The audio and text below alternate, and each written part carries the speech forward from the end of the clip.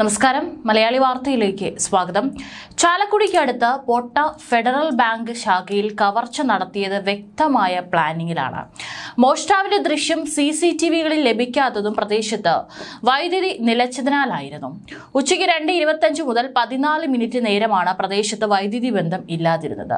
വൈദ്യുതി പോയതിന് പിന്നിൽ മോഷ്ടാവിനായുള്ള അട്ടിമറിയുണ്ടോ എന്നാണ് ഇപ്പോൾ പോലീസിന്റെ സംശയം. മോഷ്ടാവ് സ്കൂട്ടറിൽ പോകുന്ന ദൃശ്യങ്ങൾ പല CCTVകളിലും പതിയാത്തതാണ് കേസിൽ വെല്ലുവിളിയായി മാറുന്നത്. ബാങ്കിൽ കാവൽക്കാരനെ നിയമിച്ചിട്ടില്ല. ഇതടക്കം മനസ്സിലാക്കിയാണ് നട്ടുച്ചയ്ക്കുള്ള കവർച്ചയെന്നാണ് വിലയിരുത്തൽ. പോട്ട ചെറുപുഷ്പം പള്ളിക്ക് എതിർവശത്തുള്ള LF കോംപ്ലക്സിലെ താഴത്തെ നിലയിലാണ് ബാങ്ക്. ബാങ്ക് കൂടാതെ 8 വ്യാപാര സ്ഥാപനങ്ങളാണ് താഴത്തെ നിലയിൽ ഉണ്ടായിരുന്നത്. ആരും ഒന്നും അറിഞ്ഞില്ല.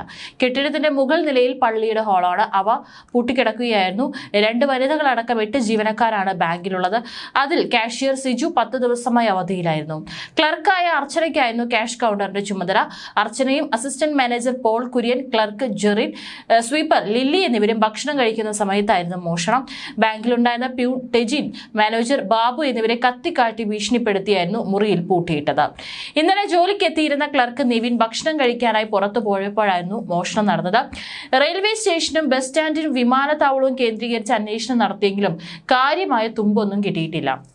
ബാങ്കിലെയും പോട്ട പെട്രോൾ പമ്പിലെയും CCTVകളിൽ മോഷ്ടാവിന്റെ ദൃശ്യം പതിഞ്ഞിട്ടുണ്ടെങ്കിലും മുഖം വ്യക്തമല്ല. ഇയാളെത്തിയ സ്കൂട്ടറിന്റെ നമ്പർ തിരിച്ചറിയാനും സാധിച്ചിട്ടില്ല. മോഷ്ടിച്ച സ്കൂട്ടറാകാം ഇതെന്നാണ് പോലീസ് സംശയിക്കുന്നത്. മോഷ്ടാവ് അകത്ത് വരുമ്പോൾ ബാങ്ക് മാനേജർ ബാബുവും പ്യൂൺ ആളൂർ സ്വദേശി അരിക്കാട്ട് ടെജിയുമാണ് കൗണ്ടറിന് സമീപത്തുണ്ടായിരുന്നത്. ഇവരെ കത്തി കാണിച്ച് മോഷ്ടാവ് ഭീഷണിപ്പെടുത്തി റൂമിലിട്ട് ആദ്യം പൂട്ടി.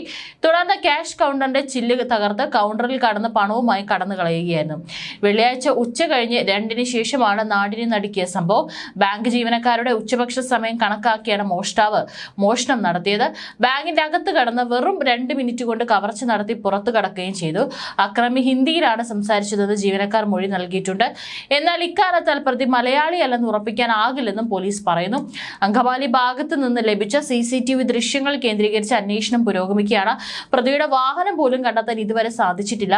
പ്രതി സംസ്ഥാനം തന്നെ വിട്ടുപോകാനുള്ള സാധ്യത പോലീസ് തള്ളിക്കളയുന്നില്ല. അതിനാൽ കേസ് സംസ്ഥാന പുറത്തേക്ക് വ്യാപിപ്പിക്കും. അങ്കമാലിയിലെത്തിയ പ്രതി ട്രെയിൻ മാർഗം രക്ഷപ്പെട്ടിട്ടുണ്ടോ എന്നാണ് അന്വേഷിക്കുന്നത്.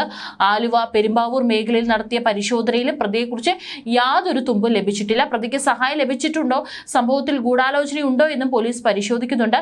സഹായമില്ലാതെ കൃത്യമായി ഇത്തരത്തിൽ മോഷണം നടത്താൻ സാധിക്കില്ലെന്നാണ് പോലീസിന്റെ നിഗമനം. 47 ലക്ഷം രൂപയാണ് കൗണ്ടറിൽ അടുക്കുകളാക്കി വെച്ചിരുന്നത്. ഇതിൽ നിന്ന് നടുക്കായി ക്രമീകരിച്ച 5 ലക്ഷം വീതമുള്ള 3 കെട്ടുകൾ മാത്രമാണ് പ്രതി കൈക്കലാക്കിയത്. കവർച്ച നടത്തിയത് പ്രൊഫഷണൽ മോഷ്ടാവ് അല്ലെന്ന നിഗമനത്തിലാണ് പോലീസ്. ബാങ്കിനെ കുറിച്ച് നന്നായി പഠിച്ച് ആസൂത്രണം ചെയ്താണ് മോഷണം നടത്തിയത് എന്നാണ് കരുതുന്നത്. ബാങ്കുകളുടെ പ്രവർത്തനത്തെക്കുറിച്ച് കൃത്യമായ ധാരണയുള്ള ആളാണ് മോഷ്ടാവ്. അല്ലെങ്കിൽ പ്രവർത്തനം നിരീക്ഷിച്ച് ഉറപ്പിച്ചിട്ടുണ്ട്. ഈ ശാഖയിൽ സുരക്ഷാ ജീവനക്കാരില്ല എന്നതും തിരക്ക് കുറയുന്നത് എപ്പോഴെന്നും കൃത്യമായി നിരീക്ഷിച്ച് മനസ്സിലാക്കിയിട്ടുണ്ട്. ക്യാഷ് കൗണ്ടറിന്റെ താക്കോൽ ഹിന്ദിയിലാണ് ഇയാൾ ജീവനക്കാരോട് ആവശ്യപ്പെട്ടത്. ഇത് തെറ്റിദ്ധരിപ്പിക്കാൻ ചെയ്തതാണോ എന്ന സംശയമുണ്ട്. ഇയാൾ വന്ന സ്കൂട്ടർ മറ്റാരുടെയെങ്കിലും ആണോ എന്നും മോഷ്ടിച്ചതാണോ എന്നും അന്വേഷിക്കുന്നുണ്ട്. സ്കൂട്ടർ സംബന്ധിച്ച് വ്യക്തമായ സൂചനകൾ ലഭിച്ചതായാണ് അറിയുന്നത്. പ്രധാന പാതയിൽ നിന്ന് ഇടറോഡ് വഴി ഇയാൾ രക്ഷപ്പെട്ടുവെന്നാണ് സംശയിക്കുന്നത്.